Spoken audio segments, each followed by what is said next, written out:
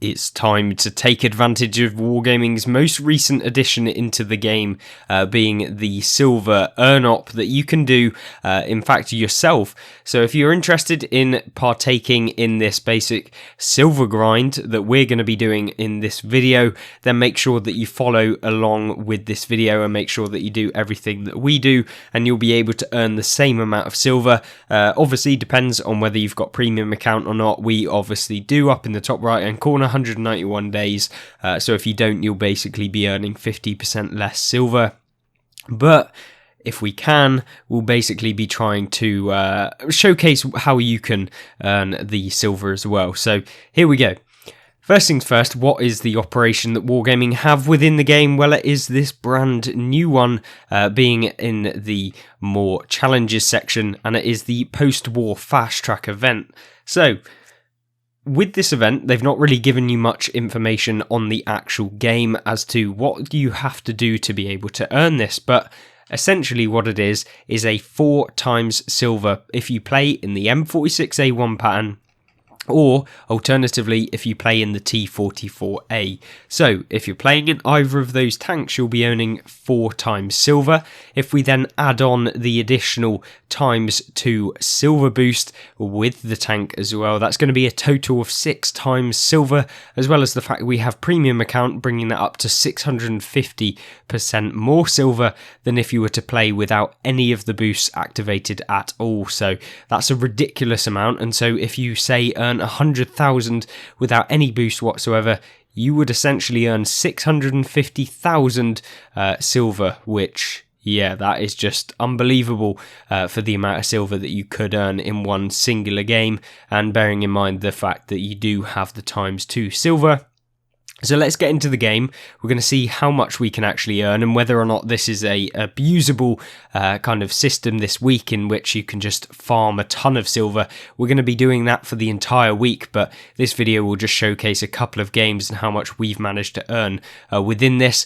Also, additionally, if you do own any post-war premium tanks, you'll also be able to earn an extra 65% more silver with those tanks, as well as having a little bit more XP, I believe. It's not major, but definitely if you've got some of those post-war tanks, then you'll be able to take advantage of that plus 65% silver on any of the tanks. It is, of course, only the M46A1 and the T44A that do take advantage of having that kind of increased silver by 4 times. So let's roll into some gameplay, see how much we can earn, and I'm going to give you an overview as to how you should be playing if you want to earn that silver that we've been talking about.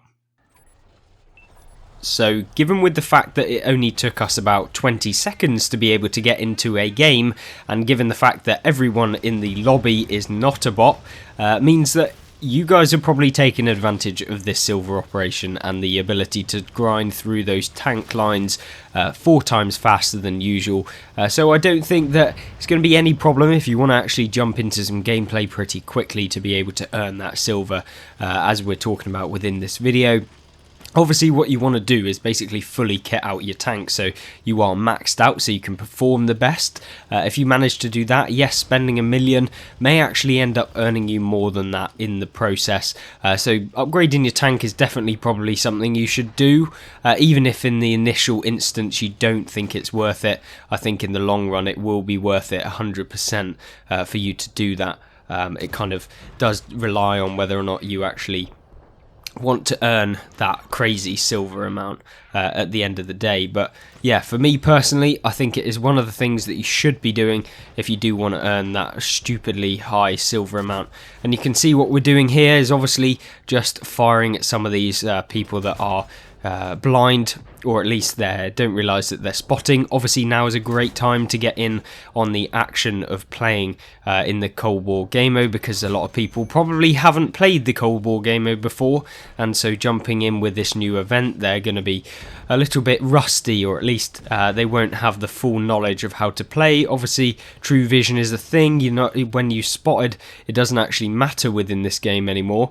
Well, it does, but it means that, yeah, you can still be spotted if someone doesn't actually know where you are. But Essentially, what the game mode really does feature on, or heavily on, is actually the fact that you need to remain kind of undetected, because as soon as you get detected, that's when all of the enemies start to kind of pile on you, and that's where auto-aiming comes in quite a bit, and you'll see that that happens very, very regularly. If you ever get spotted because of the accuracy within Cold War, you'll notice that a lot of the tanks that are spotting you are going to be able to hit you every single day of the week, and so that's something else that you need to be mindful of course, when you're playing this game mode. So be careful of that. Make sure that you aren't taking hits unnecessarily, and make sure that when you're aiming, you're actually hitting, unlike I'm doing right now. But you know, that's not necessarily the point of this video. The point is to just show you how much silver you can earn within this game mode right now. Obviously, it's dependent on your performance. You know, if you jump into the game and do absolutely nothing 6 times,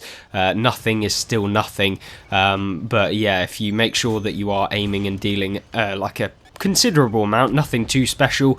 Obviously, if you pick up the finishing hits on tanks, it grants you more silver than if you weren't picking up the finishing hit, but don't just try and go for kills, because obviously you still need the damage in the first place to be able to earn that damage medals and be able to kind of progress your account even further and get that silver up even more, because you know, if you can get 2 shots in instead of just getting 1 kill, you probably end up with more damage and therefore have more silver in the long run.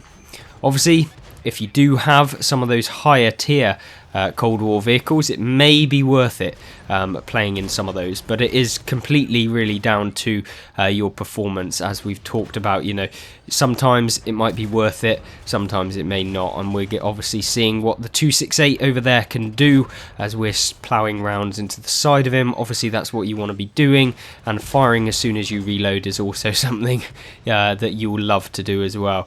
Obviously, if we can get hits on some of these people, that's what you want to be doing. If you can get final hits, that's also the best thing. Obviously, try to fully aim. Obviously, when you're on the move, you can't necessarily do that, but that's what we're just trying to do, because we're trying to get forward so we can potentially get more damage afterwards. Obviously the game is coming to an end now, but yeah, we'll try and get one more hit off on him, which we do manage to do, and although we haven't got the final hit on him, we've still managed to have an okay game, and I guess this is the real decider as to whether this is going to be worth it. We've played a couple games that we'll compare it to with the top tier, the Detente era premium tank, being the brand new TCM AGS, but you can see right here, for a very, very mediocre game, we managed to earn 436,000 silver in one singular game. Yes, we were taking advantage of having the ×2 silver, but given the fact that that was a very average game in this tank, you know, you can just see how much silver you're going to earn when you finally get that 5k damage game in a tank like this. You know, it's not going to take superbly high amounts of games to be able to do that. You just saw that we did get the ×4 bonus for playing, and you can see just here, this is exactly what you'll be able to take part in, and make sure that you do that during this week. You can see if we then compare it to some of the other games that we've had in things like the premium tank, as it was a particularly bad game in the Teledyne. As you can see, we still made 250,000 silver. I need to clarify that that is with the 2x silver boost. So remember, that is with the 2x silver boost, as with all of these. So don't go thinking that you're going to be earning superb amounts of damage and silver from doing anything other than that. Obviously, you can see here, we had a pretty mediocre game as well, and the Teledyne still made 343. So you can see that we're still earning more than that Detente era premium tank, and we literally did barely anything in the M46A1 pattern. Not only that, you did see that we earned 10,000 XP within that game, and that's because of the ×4 silver and ×4 XP that you earn within that game. So make sure that you are really focusing on trying to do that. Obviously, sometimes putting in the loadout to get the better weapon upgrades is obviously something you probably want to do, hence why I have actually upgraded my tank, and you know, playing 3 games will get you that back, and so that is definitely something you want to be looking at doing. Obviously, if you can, having that ×2 silver boost. I don't even know if we did have the silver boost on there.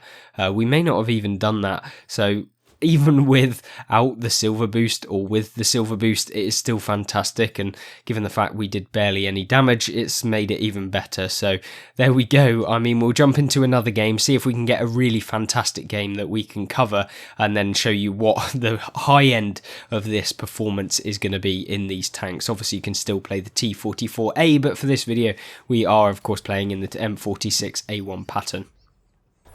Right then, so Vineyards is the next map on the list, and we're going to see if we can have a better game than last one. You know, we can't necessarily say it was the worst game that we've ever had in the M46, but it was a very average one, and I'm sure many of you can manage to do 2,000 damage in this tank and be able to earn that 400,000 silver that you did manage to earn if you get that kind of result. And this is consistent. It's not like there are any kind of negatives towards playing in these tanks and being able to do this. It literally is a case of if you can get the damage and you can push out that damage consistently, you'll be able to earn this silver. And it really is that simple. It's so easy to do. It's something that everyone should be taking advantage of, even if you don't like the Cold War game mode.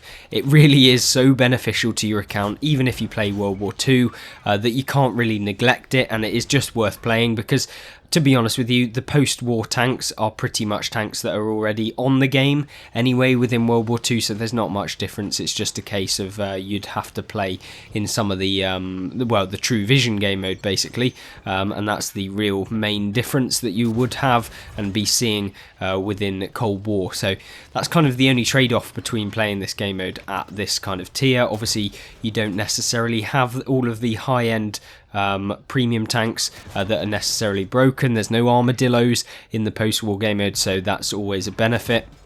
Obviously, I have been critical in the past of the Cold War game mode. That's just because I'm not particularly that much of a fan of it, but it's definitely one that I can see people enjoying, and I see that in the comment section. There's loads of you that enjoy playing the Cold War game mode, and so I'm not going to neglect it all of the time, but I will try and focus on doing the World War II, because that is really where I enjoy, and obviously if I'm not enjoying it, it's probably going to come across in the videos, but yeah, you can definitely see that this is still fun, and it's definitely something I am enjoying. Obviously the silver probably helps with my enjoyment because yeah, it's so beneficial for my account that there's no reason why I wouldn't do it. And you can see we're just ploughing rounds. Even being very passive within this game mode, it can benefit your account massively. You know, you don't have to be sweating it out on this. It really doesn't need any real thought train. It's kind of just a sit and shoot. It's very much not necessarily that competitive, and so that's probably why it's very easy to be able to earn this silver. So you know, you don't have to have a high performing game on World War II, or like you would on World War II, to make that 300,000 silver per game, because as you saw earlier, you know, you can do that very consistently playing in some of the mediocre tanks within this game mode, having a mediocre game, and yeah, still earning that high amount of silver.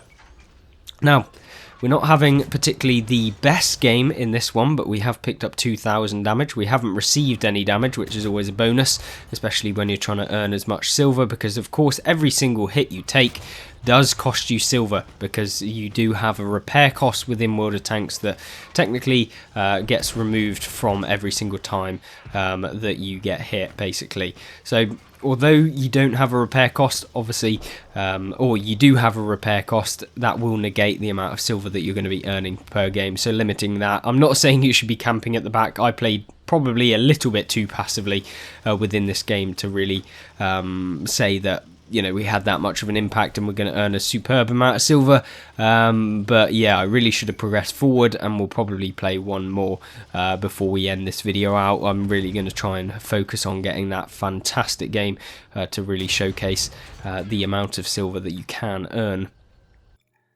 So ending up that game, we still managed to pull out 500,000 silver. So as you can see, it's very easy to do. We also managed to pull up 7,700 XP, which brings us on to our next unlock on the tank. And so yeah, it really is a great time to be playing the Cold War game mode. I can't actually recommend it enough. Even for those of you that aren't interested in it, it is a good thing to do.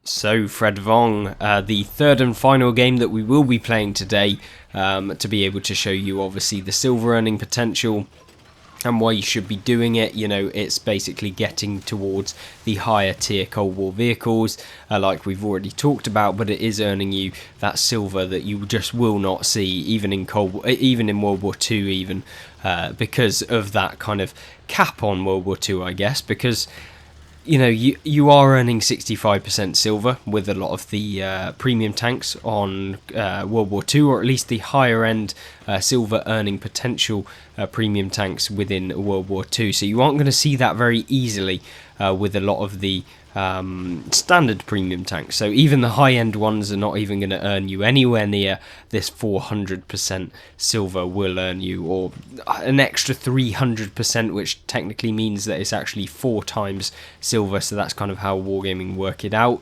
You will be earning 3 times extra on top of your standard amount, hence the 4 times.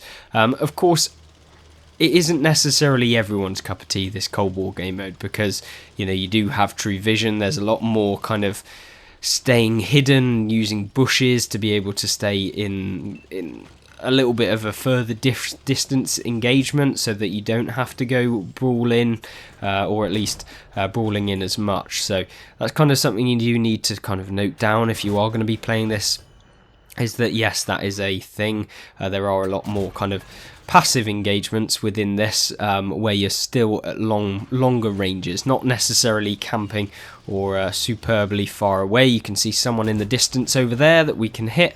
We did manage to do that. If we can hit them again, that'll be nice.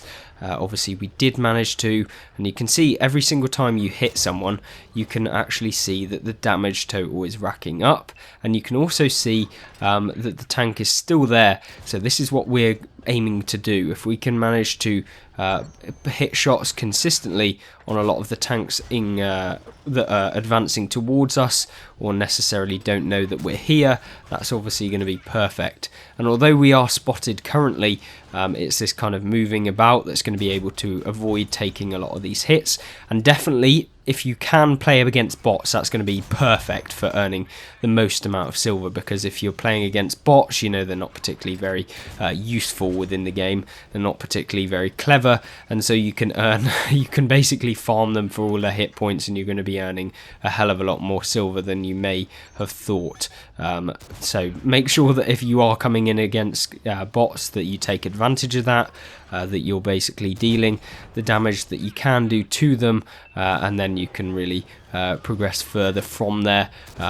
Obviously be aware that there are plenty of enemies that can hit you in all kinds of directions in Cold War. So, you know, like we just got hit in the side there, not particularly the nicest of engagements, can be a little bit tedious. Obviously you don't have the best accuracy if you're not fully aiming Eclipse here, and so we're going to have to make sure that we are hitting Verosis here, who's now being quite aggressive towards us. That T-44A does have 320 alpha damage, so we have to be a little bit careful when we're coming up against him. We are getting hit from behind, which is not exactly very ideal, so we're going to try and stay in a little bit of cover. We're going to push ourselves over so that we can't get hit by that tank, and I believe it is probably a light tank sat in the back, not getting spotted, so we have to be definitely careful of that.